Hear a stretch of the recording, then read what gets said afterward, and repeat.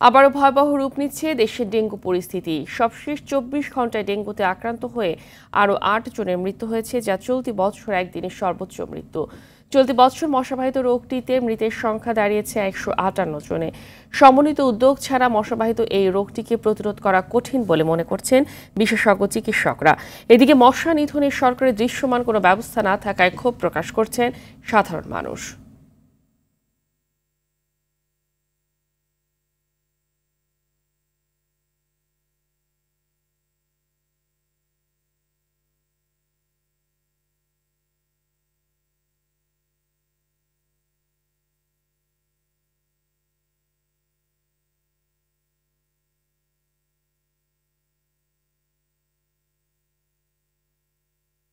দর্শক, ডেঙ্গু পরিস্থিতি নিয়ে জানাতে সোহরাওয়ার্দী হাসপাতাল থেকে সরাসরি যোগ দিচ্ছেন সহকর্মী বিপুল দেবরায়। বিপুল বিপুল ডেঙ্গু সংক্রমণ বাড়ার পাশাপাশি এবার আলাদা কিছু উপসর্গ দেখা যাচ্ছে, তো তা কতটা বিপজ্জনক, আর এই অবস্থায় কি ধরনের পরামর্শ দিচ্ছেন চিকিৎসকরা, বিস্তারিত জানাবেন।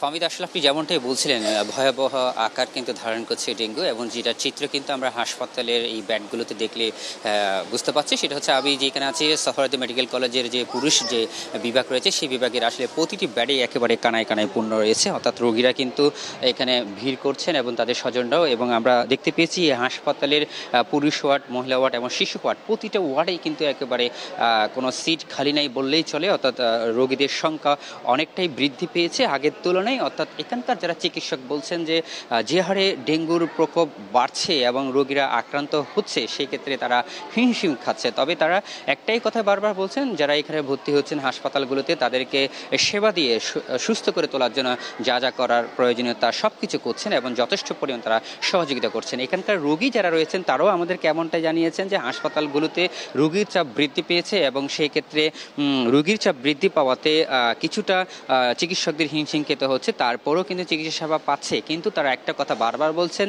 যে চিকিৎসকরা কিন্তু একই কথা বলছেন যে শুধুমাত্র আক্রান্ত হয়ে হাসপাতালে ভর্তি হলে এই রোগটা নির্মূল করার জন্য যথেষ্ট নয়। অর্থাৎ চিকিৎসকরা যত সেবা দিবে, তাদের যতটুকু সাধ্য আছে ততক্ষণ পর্যন্ত তারা সেবা দিবে, কিন্তু এই মশাবাহিত রোগটিকে নিধন করার জন্য যা যা ব্যবস্থা করা দরকার, সেটার জন্য সমন্বিত একটা উদ্যোগের প্রয়োজন। অর্থাৎ এই উদ্যোগটি যদি গ্রহণ করা না হয়, তাহলে এই রোগীর সংখ্যা কখনো কমানো যাবে না। তারা এমনটা আমাদেরকে বলছেন। তারা বলছেন যে আসলে সিটি কর্পোরেশন, সরকারের দায়িত্বশীল যারা বিভিন্ন উইংস রয়েছে, যে সংস্থাগুলো রয়েছে, তারা যদি একযোগে এই মশা নিধন করার জন্য এবং এই মশাবাহিত রোগটাকে দমন করার জন্য যদি প্রয়োজনীয় ব্যবস্থা গ্রহণ করা না হয়, তাহলে এটা আসলে রোধ করা অনেকটাই দুর্বিষহ এবং এটা কষ্টসাধ্য বলে এমনটা আমাদেরকে জানিয়েছেন। তারা আরও বলছেন যে এই রোগ আক্রান্ত হওয়ার সাথে সাথে খুব দ্রুত সময়ের মধ্যে যারা হাসপাতালগুলোতে আসছেন, তারা কিন্তু অনেকটাই ভালোভাবে চিকিৎসা নিয়ে বাড়ি ফিরতে যাচ্ছেন, কিন্তু যারা একটু দেরি করে হাসপাতালগুলোতে আসছে, তাদের কিন্তু সুস্থ হতে অনেকটা জটিল আকার ধারণ করছে বলে এমনটা আমাদেরকে জানিয়েছেন।